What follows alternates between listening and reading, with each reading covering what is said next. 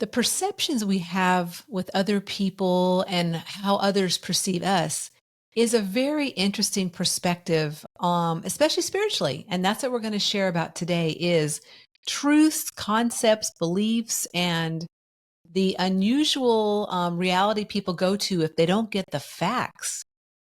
Sounds great. All right, let's do it, Tom. So what brought this up for myself is, I've been doing my spiritual work since, I guess, well, 38 is when I went to massage therapy school. Now I'm 56. So gosh, almost 20 years. And it's been interesting throughout this time frame where most of the people, or I should say most, well, really most of the people that have been very close to me, except for Tom, because Tom we really relate on this you know, this area of spirituality and this realm. Mhm. But until then, and still these days, there are people who know me, who are close to me, who really don't understand, or I guess I should say, they actually bring in their beliefs and concepts on who I am and what I do. So here's an example.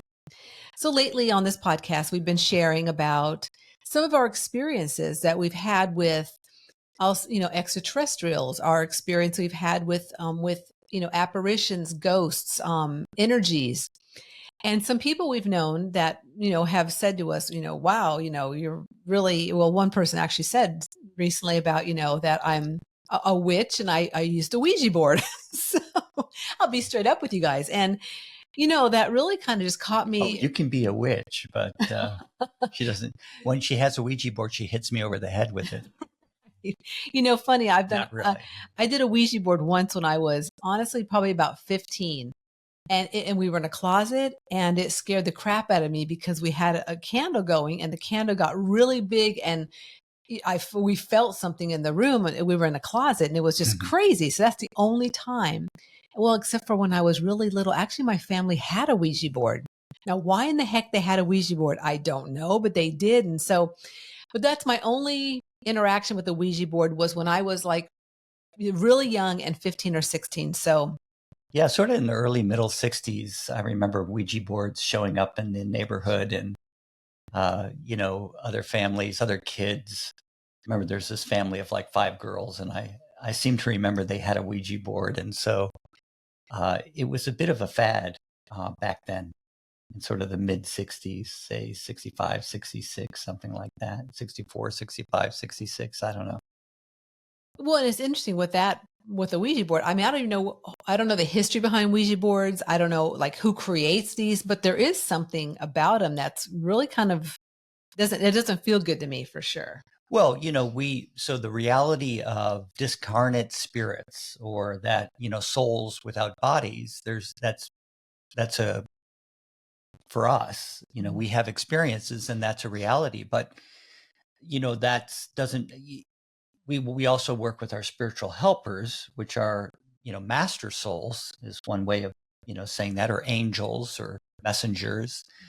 And those helpers are 100% positive. So, we talk about having a communication with them. But other souls, as we've talked about before, you can pick up impressions from them. And it's important that you discern who you're picking this up from.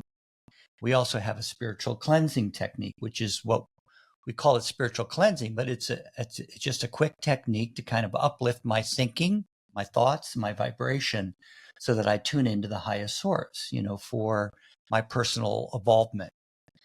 So, there's not that there isn't truth to some of these things. It's just there's a lack of clarity or a lack of understanding, of the of all that, of all Right. that reality. Yeah, and that's where I was going to go with it because a few people that we've heard things from recently, they've not listened probably to the podcast. All they've seen is the headline, maybe a picture I posted, and they're like, "Oh, she does witchcraft," and I kind of like a tongue in cheek too, but really, they don't have the facts of what did we even talk about. Right. And so what I hear you, moving towards in this discussion is that, how many times do we hear something or see something and just take it at face value and we jump right to what are an interpretation of that that's not necessarily grounded in the true facts or the true reality, and how often do we take something that someone said in a way that was never meant? So, that's part of self-discovery, and how we think about ourselves is sometimes how we accept what we'll accept from others. So I think this is a great topic because, we talk about the balance of intellect and feeling, and our intellect is our thinking mind, our brains. Our feeling, we're talking about true feelings, and that's where those impressions come from, those awarenesses, those pictures, sounds, or words, those feelings we get, those inner knowings. That's how I work. And uh, when we trust that and then gain that intellectual understanding or the facts from our intellect, then we can take action. Then we come back to our feelings. We get an understanding. We can communicate. So, a lot of times we're limited by, you might say, the education we have, or the programming, or the ideas that we've been, fed, particularly in our first 7 years. But why people jump to conclusions is another way for me to share this, is interesting to me. Right. So is that back on? It's not back on. It's got it back on, folks. Anyway, that's just some comments that as to what you're bringing up, that offering my perspective. Yeah, I guess what comes to me about all that too is that depending upon each person, and like Tom's saying, where we come from. So do we come from a religious background? Do we come from a background that has no affiliation, even though, living in this world, especially in the Western culture, we all do have an overtone of religion. And even though you might say, no, I don't, but we really do. So, but how deep is that within a person? And that would also really emphasize their beliefs in, yeah, she's a witch and she does Ouija board, or, or she's a satanic devil person, or whatever they want to say, right? Because the lens they're bringing it through is perhaps a religious lens. Right. Well said. A religious lens. And that's okay, right? That's okay, because that's their belief. And or filter. Filter. Yeah. Lens or filter. And that's okay, because, we all have them. I have them too, that, that I bring my things through. So, and I think that's what's really important about the sharings that Tom and I offer all of you listeners out there, is that it's just a different perspective, and it might give you some thoughts, or, or you might even have thoughts about someone close to you that maybe doesn't relate to what you're doing. Not saying it's spiritual stuff, but maybe it's your business, or maybe it's the way you live your life, or the way you raise your kids. And so, having that bigger picture, in the sense that, we obviously bring it through our spiritual filter, because that's what we're about, is supporting people who are sensitive and understanding. There's a bigger picture than what we're seeing, and just, gaining those insights. But for yourself is just recognizing, okay, so what they're talking about and sharing, how does that relate to my life? So a couple people that have come at me recently with, with some of these negative connotations they have, well, if they were to listen to this episode or an episode of ours and go, wow, the perspective they bring forth is unique, and how do I relate to that? Mm-hmm. How does that ring for you, Tom? Well, I think it's just so true. And the only thing that strikes me is that when people are ready to hear more and to start taking a look at their belief system, because we're big about helping you through self-discovery release limiting thoughts and concepts and beliefs, really release limiting beliefs, and still being fully involved in that, one with all, loving, spiritual awareness and feeling that we all relate to at one level or another.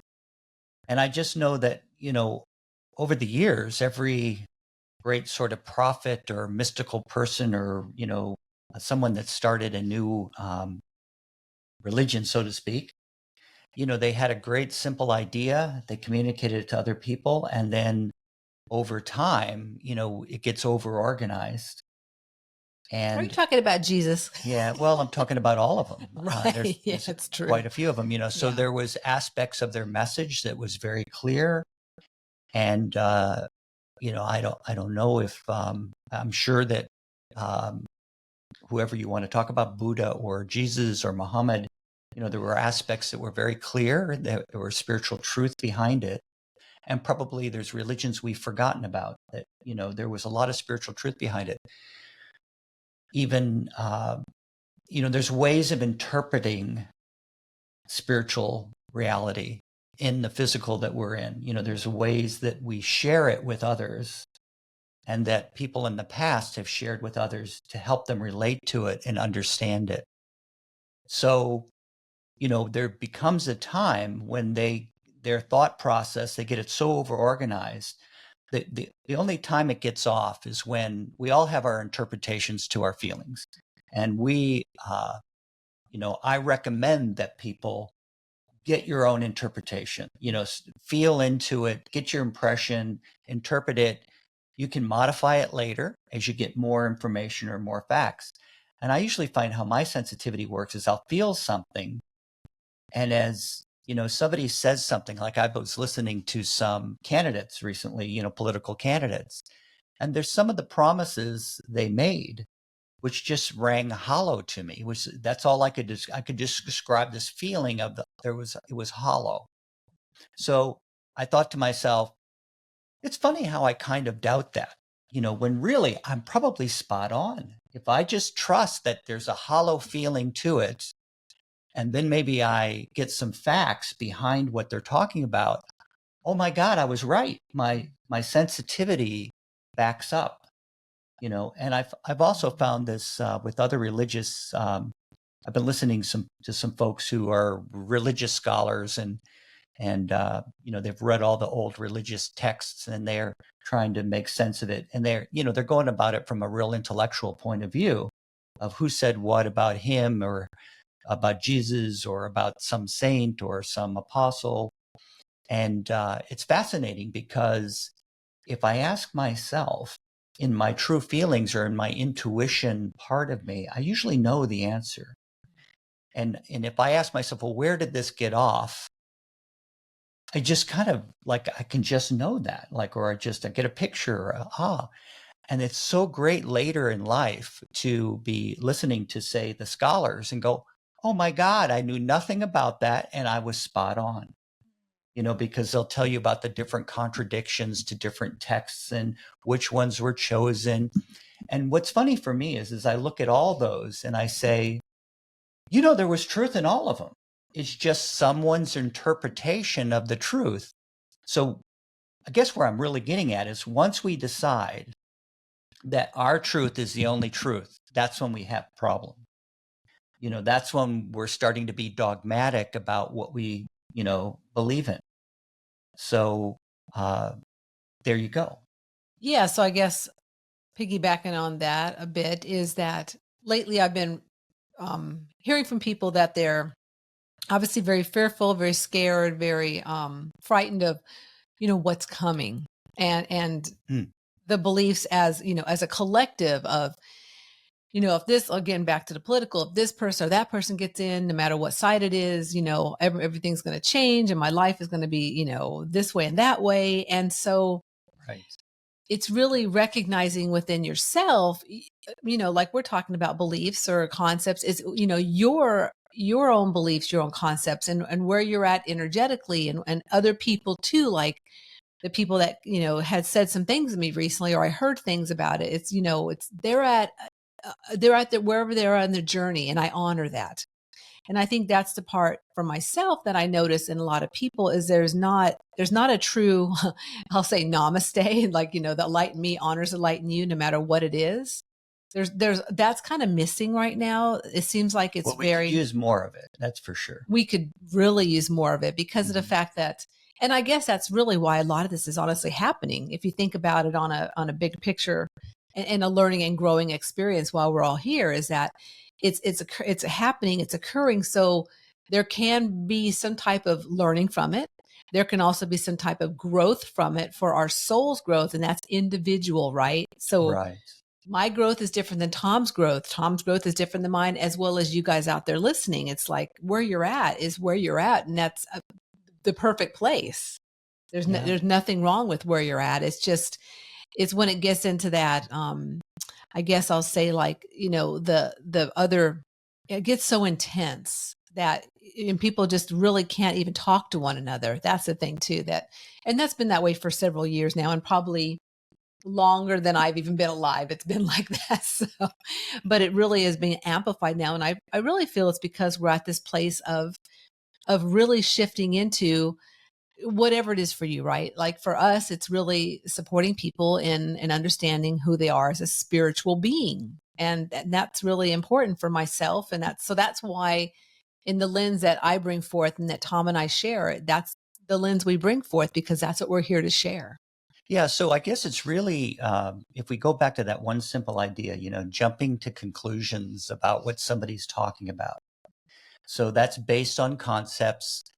Usually, concepts are something we've picked up in our first 7 years, concepts, beliefs, belief systems, and often subconsciously. It's more of an emotional reaction to something like, oh, I better not talk about that. Somebody's programmed that person to be afraid of the Ouija board, or of Witches. what they refer to as witches, Right. and without getting the facts or without bothering to listen, or what I'm really saying is really getting the facts from my feelings, getting the facts from my feelings. I'm not talking about getting facts from my emotions. My emotions are a way I react to things. I've been trained to react a certain way. I've been trained to respond a certain way, but it's better to respond. And fact find, we need to do both. So when we're really relaxed, I notice that when I'm really relaxed and I'm feeling good and I'm positive and I have that kind of an outlook, if I ask myself almost anything, if I bother to ask myself, what do I think about this? Or what do I feel about this truthfully? Or what do I feel is going on here? I'm usually spot on with my sensitivity. And I wonder how many of us are really like that. It's just we've been really taught to talk ourselves out of it. And then others have been, they're plenty sensitive, they're that hot energetic mess, or they're feeling all this and that, and they don't know who's who in the zoo. You might say when it comes Like to their feelings, mm-hmm.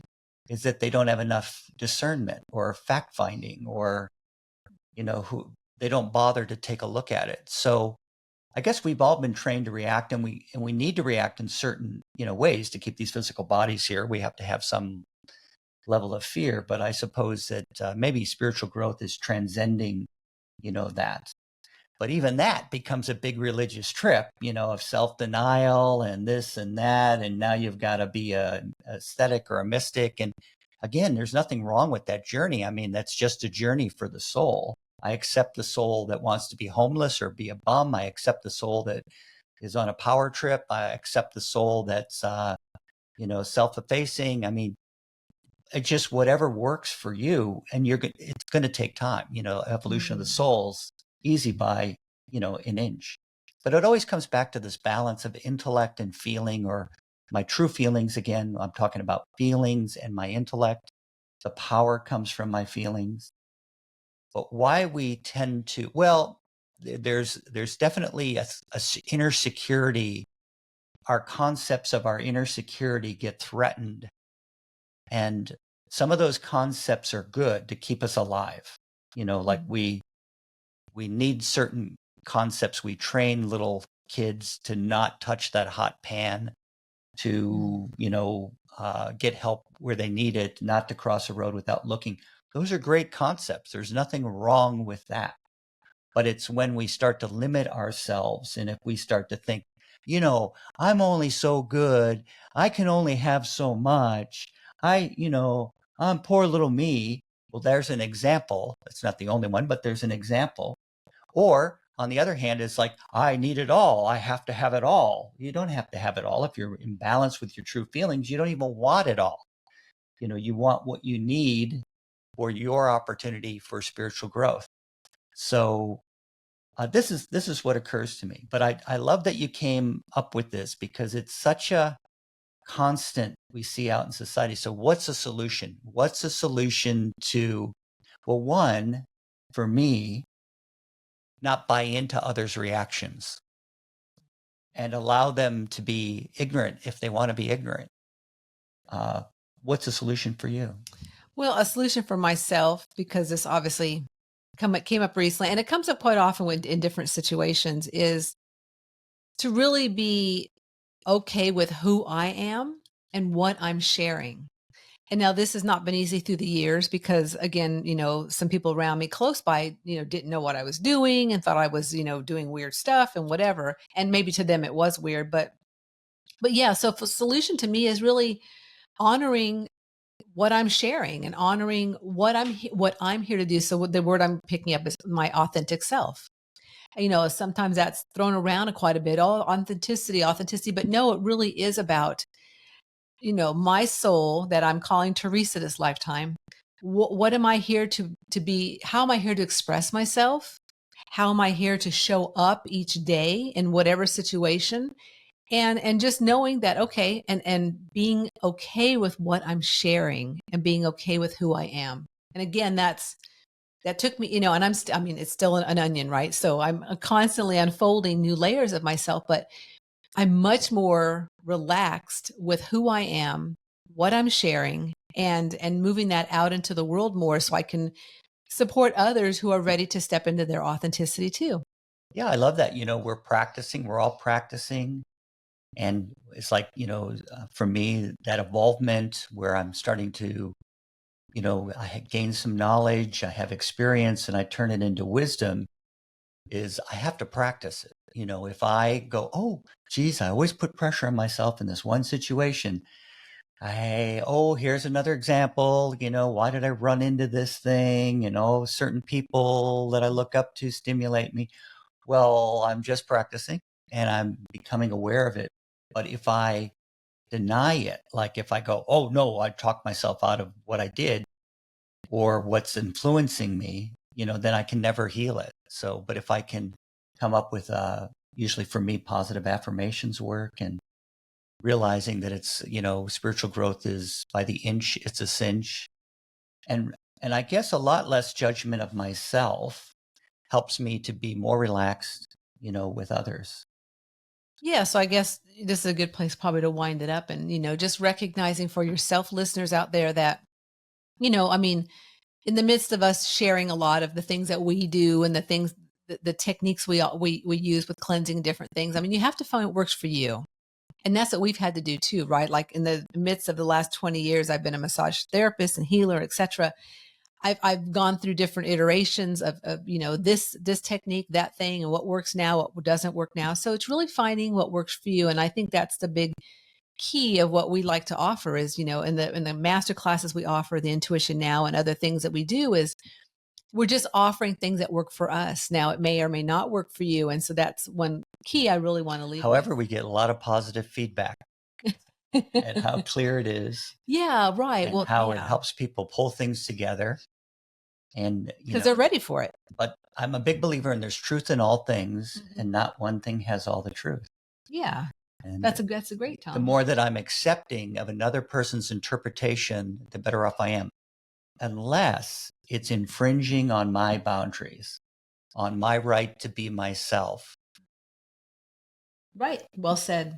Well said. Yeah, so we want to thank each of you out there who have listened to this episode and or watched on our TNT Spirit Works YouTube channel. We appreciate you so very much, and also definitely appreciate you taking the time to listen in to another episode of Enthusiastically Spiritual. And remember That life is too short to not be enthusiastic about your unique journey. To keep the enthusiasm going, please like, subscribe, or comment below. We would love to hear from you.